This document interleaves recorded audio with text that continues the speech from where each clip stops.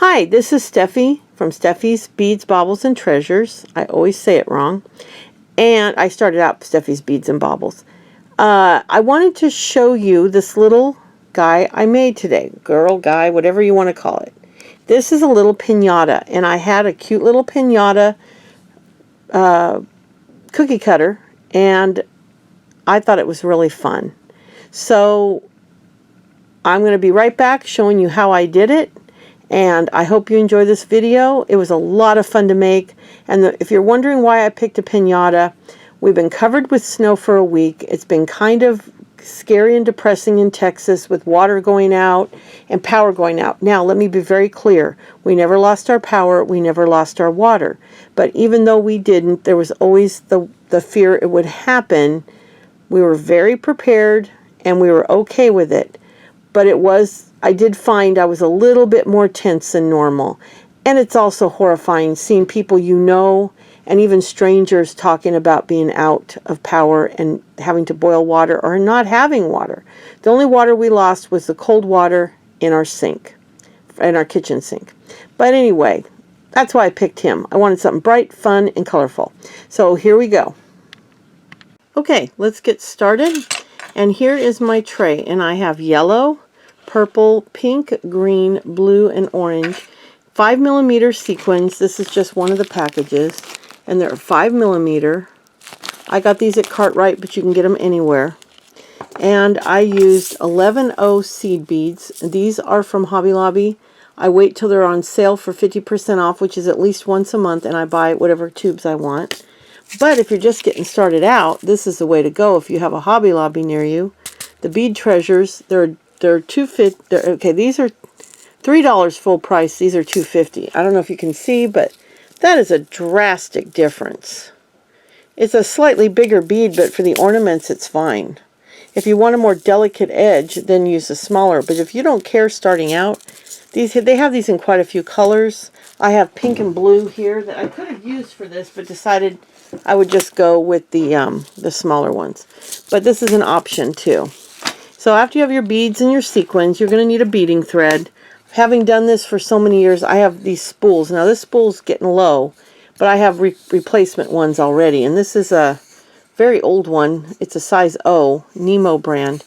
I buy the D now. And you can get it in these size spools occasionally. This one's quite well used as well. You can also get spools like this in sets of 12 in different colors on Amazon, or single spools like this. If you just Google beading thread and find places that sell it, it usually runs about $2 a spool, sometimes a little less, sometimes a little more. But you can get them at Michael's in groups of 4. They're extremely expensive, like $14, and get them 50% off with their coupon or their sale price. Then you're paying maybe $7.50 for 4. So, but they're basic colors like black and white or beige and gray and stuff. They're usually sets. You're going to need an ink pad. You're going to need your cookie cutter. And you're going to need your felt in whatever color you want. Now, I was going to do pink on the white on the back, but I think when I come back to show you how I finish it, I'll actually use a color. Now, you're going to stamp this onto the felt like this. So you're going to lay this felt down and you're going to basically stamp it like you would a stamp pad. Now if you've never used a stamp pad, you just take your cookie cutter and you get ink all over it and then you hold it in place, pushing down hard, and I often take the lid off the stamp pad and rub it around to put a little extra pressure. But they usually come out good, and you can always put a second piece of felt down under it to give yourself a little more darker thing. But you're going to do 2. And when they're cut out, you cut them out with, and I used to like to use little tiny scissors like this. You can use the detail scissors, but I prefer these. These are just no-name brand. Probably paid a couple bucks for them. And they get into those little details a lot better than the bigger detail scissors. Although I do have several pairs of those as well. Do I have a pair to show you? Detail scissors. I guess I don't have a pair out to show you. Oh, wait a minute. I have a brand new pair. Let me show it to you. One that I never even opened the package yet, because I have 2 already. Let me find it and I can show you Because detail scissors are really handy to have. And this is detail scissors. And they work really good too, but you can see the difference in the size. This works great, but in little teeny tiny places, I like to have these little tiny scissors. But these grip better. Sometimes these can really hurt your fingers if they're too small. This one isn't bad, but sewing scissors have such tiny, and that's what I started out using 30 years ago. They didn't have all these nice scissors. I used the sewing scissors, had little tiny holes, and when you're done cutting out a bunch of stuff, your fingers hurt. But a good pair of scissors, and then thread your needle, and you're going to want to use beading needles, which are a little bit longer than a sewing needle. You can see the difference between sewing needles and beading needles. A much smaller eye, they're not as thick, and in most cases they're much longer. I've got all kinds of different needles in here, and this is bent from use. So is that beading needle. So I like to use a fairly good sized one, but I've used every size, and I own every size. This is just a small, just what I use. I've got bags and boxes and bags and tubes and all kinds, and you can get those most places that sell beads. Then what you're going to do is pick what color you're going to do, and you're going to come up wherever you want to start, and you're just going to come up through the bottom, and then I go back down through the felt, because felt is so porous, I don't want it to pull through, and then I go right back up through almost the same hole, and then I add my little sequin. So I'm going to put a yellow, let me see if I can get this where you can see it, a yellow sequin on the needle. Let me see if I can get that where you can see it close up. I have a, see if I can go close up. Okay, so I'm going to pick it up where it's upside down. See, there's a little cup there. I'm going to flip that little cup over so that the facets are facing down, so it's like this. So basically it's a cupped sequin. I've got it upside down. So I'm going to pick it up like that, and then I'm going to pick up the matching seed bead. I'm doing this from behind the camera. And then when you pull it down on top of your felt, like this, you'll be able to see that now, let me go back out because it's going to be blurry. Okay, let's move back out. Okay, you're going to see that now your little sequin is a cup up. So your little facets show. And that's because when you pick it up upside down, then it flips over as you pull it down the string. Now, you're going to want to go back through only the sequin, see? Not the seed bead, and I'll show you why. When you pull this through, look at that. That seed bead holds your sequin on. And then for this, you're going to have to, like on this one, I'll have to add 2. And then you just slowly decorate it. Now, I printed out a picture online just to get a basic idea of what a pinata looked like. I'm not going to copy this exactly. Obviously, this is a bull. I have a little donkey or a horse. But I just wanted to see how the patterns go. Now, some go where the middle is different, but I like when the stripe goes all the way across. Not where it's striped one way and then another way. But you can do it any way you want. And then we'll figure out a tail as well. So, I'm going to get the front of this piece done, and normally I tell you to go around the edge first and fill in. Understandably, that's impossible when you're doing stripes, so I'm just going to do my best to fill it in and get it so I don't run out of beads or sequins down at the bottom or have too little of a spot. It's just a risk I have to take because honestly there's no way to go edges and when I'm striping it. So I'll be back when he's done and show you all the details, and then we will stitch him together. And I started him here. Here's where I started doing him. I'm going to do the little snout a different color. I've got to add an eye, which will just be a dark seed bead, probably a black seed bead, maybe even a white one with a black seed bead. A white sequin with a black seed bead is what I'll probably do. And I'll come back and you'll see all those details. I'll show them all to you. And then we will stitch him together. I'll show you how to start stitching them together. Then I'll come back, show you the stitch together piece, and then we'll do a tail. So I'll be back when he's completely done on the front. Okay, here's our little guy all finished. And I told you I was going to get a different color to put on the back for 2 reasons. 1, I think it gives it a little more character, and 2, I wanted the white thread to show up for you guys on camera. Now, if I was making this for myself, I'd be using the same color pink thread. Now, I wanted to point out to you, if you want, like I wanted this texture to show. So you got to remember that you've got to stamp it on the plain side. So when I stamped out of this beautiful bumpy fabric, I stamped it and cut it out of the flat side. And this is called corduroy. I'm trying to remember where I got this. I don't remember if I got this Joann's or at Walmart. But this is the one I used, Candy Pink. And I stamped it on the flat side, and then that way the back side was facing the right way. Because if I had cut it out on the bumpy side, for one, it would have been a lot harder to stamp on that side. And if you're using a bright, pretty color, it'd be hard to see the stamp on that side. So you want to stamp on the non-patterned or non-textured side, and then you're going to cut it out and it'll face the right way. Now, I did not put my knot on here. Let me put a real quick knot, and then we're going to do the edge on this, and then we'll come back when the edge is done. We'll do the loop, and we'll do a tail. I'm still kind of deciding how I want to do this tail, but we'll come back and we'll do the loop, which is so easy, and then we'll do the tail. Some piñatas don't have a significant tail, some do. The picture I printed out is a bull, and they just put the ruffled looking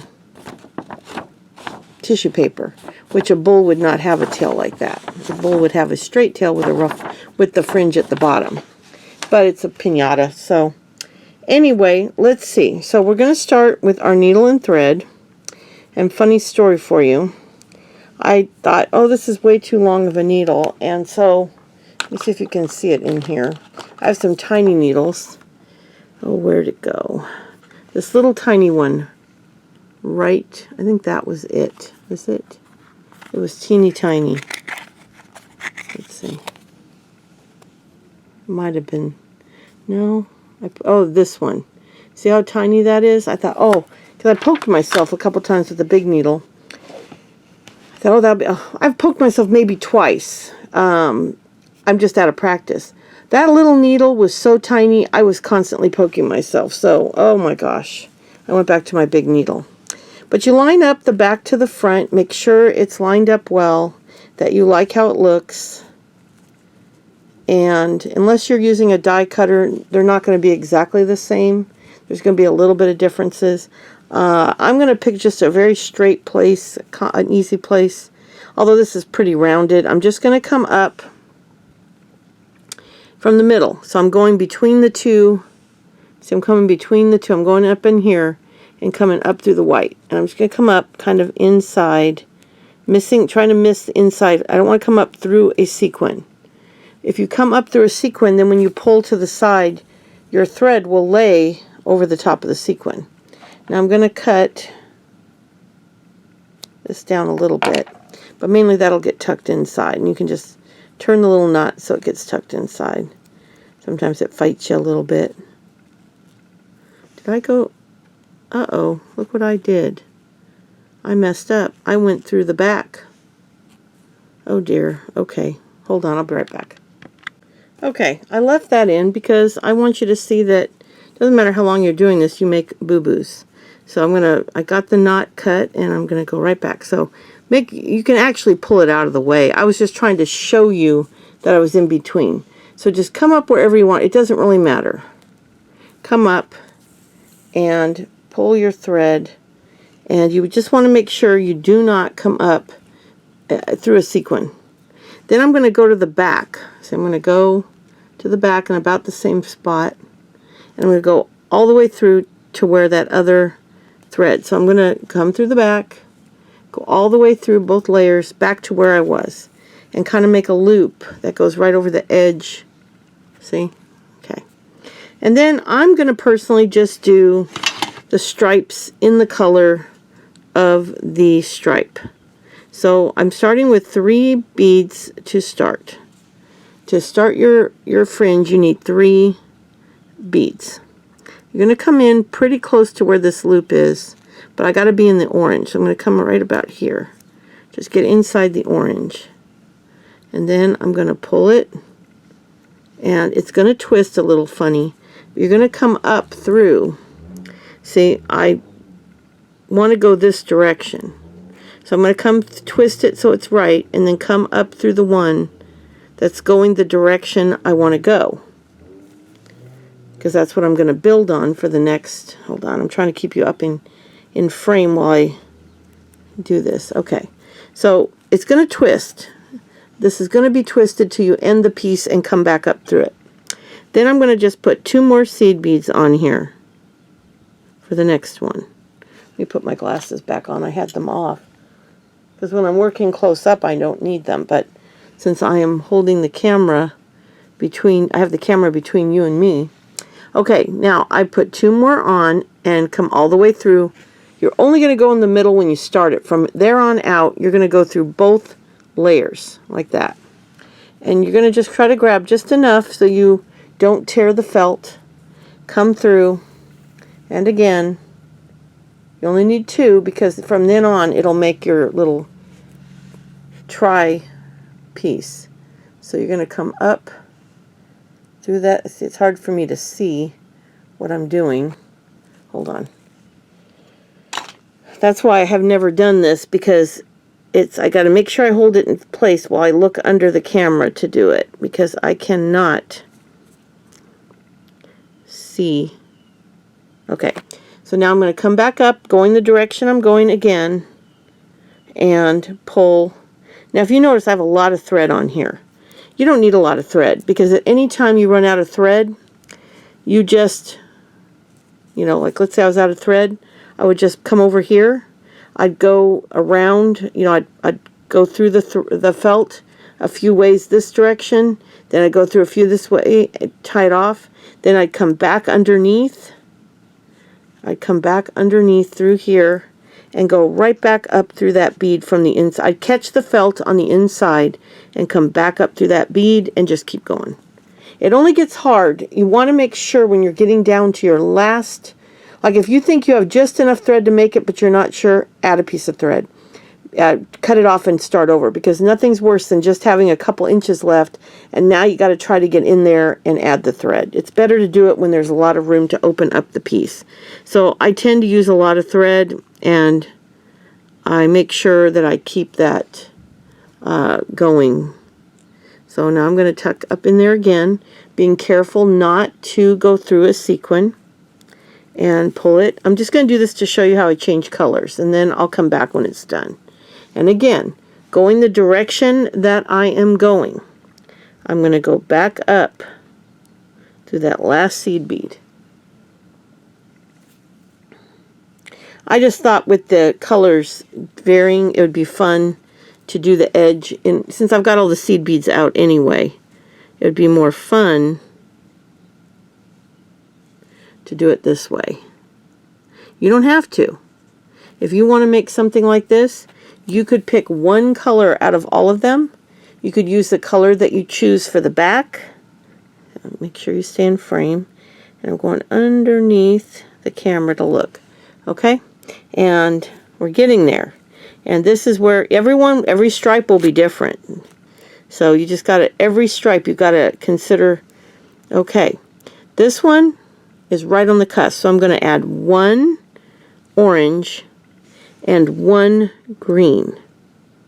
Now, you also have to look at your green, and I don't know how this one will look on an edge because it's much different, but we're going to try it. And then we're going to do the same thing. I'm not thrilled about, I could not find a green that was the same style of green. I need to go to Hobby Lobby and look. But I'm going to pull it regardless. See how it looks. If I don't like it, I can pull it out and see if I can find a different green. But I went through all my seed beads, and this is the best I could find. And again, we're going to go back up through the green and pull it down as a foundation for the next one. You want to make sure where you're, okay, there we go. And that's how you segue over. And some of them, you might not have to add just one, you might have to do both. You know, you just have to play it by ear, but you want to gauge it so that the green starts on the green, and then I'll do that all the way around. So as soon as I get them all, another thing you're going to do as you sew them together, I have this jar here of cotton. Now you can use the cotton balls you buy for your bathroom, but if you take any vitamins and you get this lovely, fluffy cotton stuffed in the top of your bottle, this is what I prefer to use. And I will slowly stuff him as I do him. I will probably wait till I get the whole upper body done. Like I'll start here, and when I get to about there, when I get to about there, or maybe right here, I'll gently stuff the top of his head and into here, and I'll gently stuff this. Now I don't put a lot, I just string it out, and you're going to probably cringe when I tell you this, but the way I stuff it, and I've done this for 30 years, is I gently take my tiny scissors and gently push the stuffing up where I want it. Never have cut a thread, I've never, but if that makes you nervous, you could use a crochet hook, you could use a chopstick, you could use any small pointed item you have to shove that up into the, or you can simply just get to about there, gently put it in, and then just do each section at a time. That's what I do. You got to figure it out for yourself. So I will be back when I've finished his little fringe and he's stuffed and completely edged, and then we'll do a loop, and then probably right here, and then we'll do a tail. So I will be right back. For you. For me, it'll be an hour or two. Okay, so he's all finished, or she's all finished, whichever.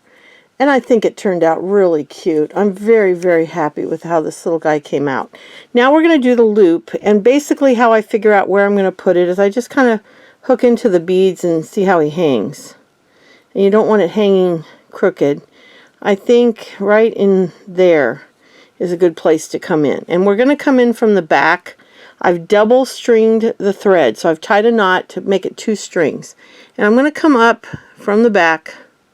Now you can go up under the sequins, and that's how I normally do it, but for the benefits of people that are new to this, I'm coming up, and I'm going to come up through a bead like this. And you have the base beads, as you know, and then you have the bead on top between each base bead. So you're going to come up through the first base bead, and see that hangs pretty good, and then I'll come back down through the base bead next to it. And I thought it'd be fun, and I'm not going to make you watch the whole thing, but I thought it'd be fun to pick my colors just based on what's right there. So I'm going to start with yellow. I'm just going to do 4 at a time and just alternate. Since all the beads are still out, I'll do 4 at a time and just kind of alternate. See if you can see. I didn't realize I was out of camera frame again. Pick up 4 beads at a time of each color and just alternate the string so that when it's on here, it'll kind of mimic. Let's do the pink because that'll stand out. Let's get some pink on there. I've been trying to design a tail. I'm not going to do a donkey tail. This could be, I think this is a horse. It's got the smaller ears. And I started thinking, yeah, that's not a donkey, that's a horse. And you just don't see many horse. Is this 4? I think so. You just don't see many horse. You don't see many horse pinatas, honestly. But that's what it is. So see what I'm doing? I'll do another color. Let's do the blue. The blue's over here. I'm trying to stay on camera.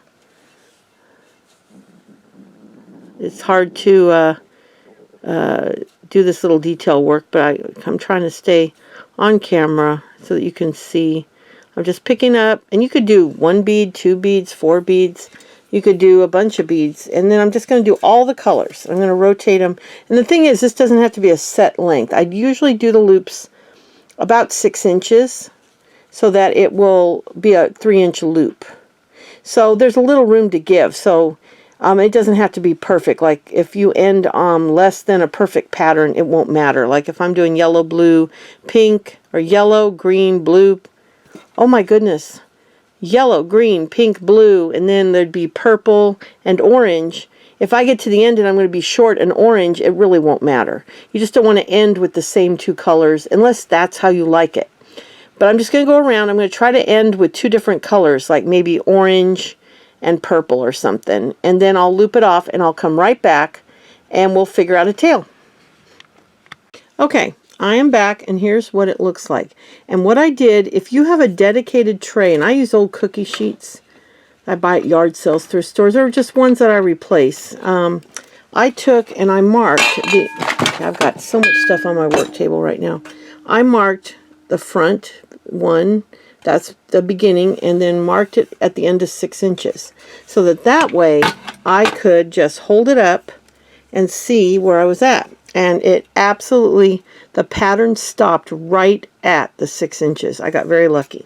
So I'm going to go ahead and come back down, do the base bead next to the one I came out of. So I came out of this one here. So I'm going to go back down through the one, I'm going to pull it out and go back down through the one next to it. I'm just going to come out right there. Try to come out pretty close to where I went in.